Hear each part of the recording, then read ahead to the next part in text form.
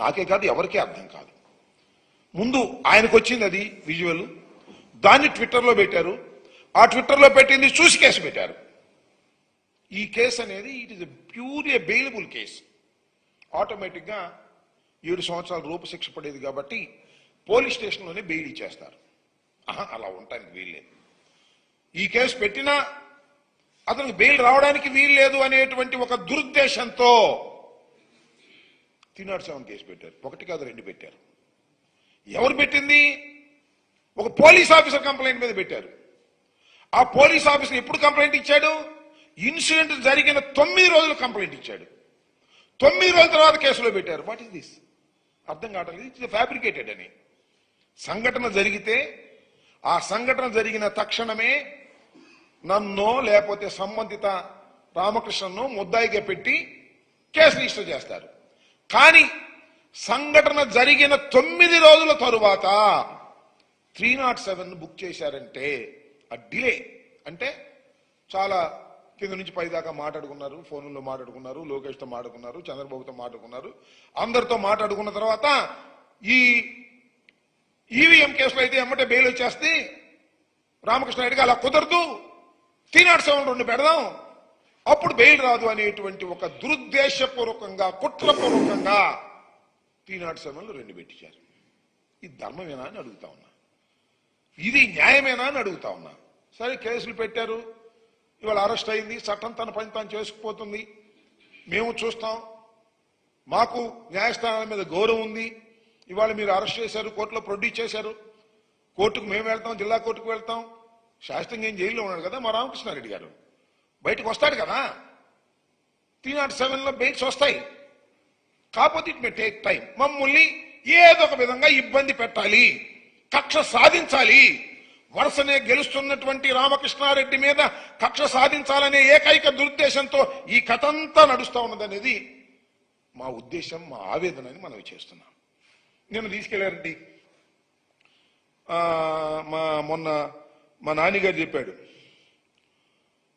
ఒక fake news factory, fake న్యూస్లన్నీ కూడా కలిసి ఆ ఫ్యాక్టరీలో రిలీజ్ చేస్తుంటారు.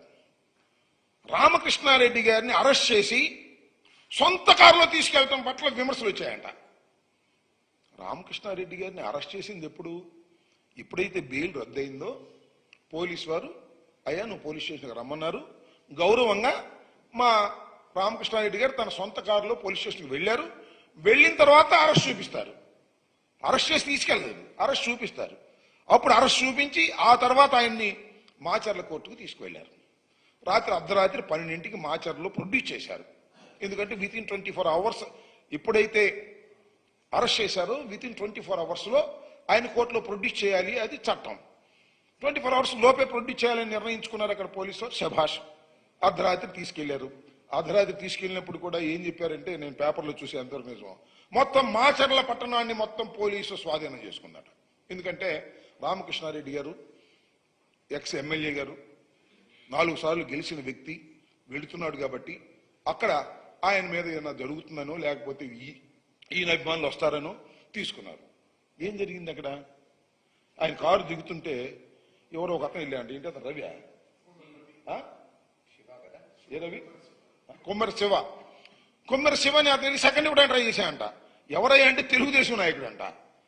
ఏం నాకు అర్థం కాలేదు, ఏం జరుగుతుంది అక్కడ?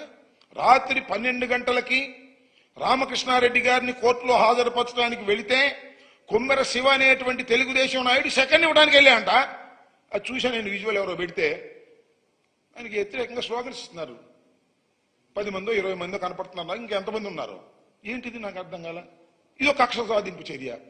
అరెస్ట్ చేశారు, ప్రొడ్యూస్ చేశారు, నెల్లూరు జైలుకి పంపించారు. This the routine course, we will face it. తప్పనిసరిగా తెలుగుదేశం ప్రభుత్వం వచ్చిన తర్వాత ఇలాంటి కష్టాలు మాకు ఉండవని మేము అనుకుంటామా? అనేక ఫాల్స్ కేసులు పెడతారు, ఇది మొదలు కాదు, ఇంకా పెడతారు, మాకు తెలుసు. ఇంకా పెట్టి మమ్మల్ని వేధించడానికి ప్రయత్నం చేస్తారు. మరింతగా రాటు తేలుతాం, దానిలో ఏ విధమైన సందేహం లేదు.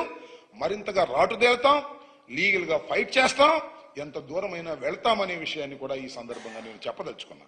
ఇలా ఫాల్స్ న్యూస్ రాసి వ్యక్తిగతంగా వ్యక్తిత్వ హననానికి దారి తీసేటటువంటి ప్రయత్నాలు మీరు చేస్తున్నారు. ఇది సరైనటువంటి విధానం కాదు. అనేది చాలా స్పష్టంగా ఇవాళ మేము చెప్పదలుచుకున్నాం. పిన్నెల రామకృష్ణారెడ్డి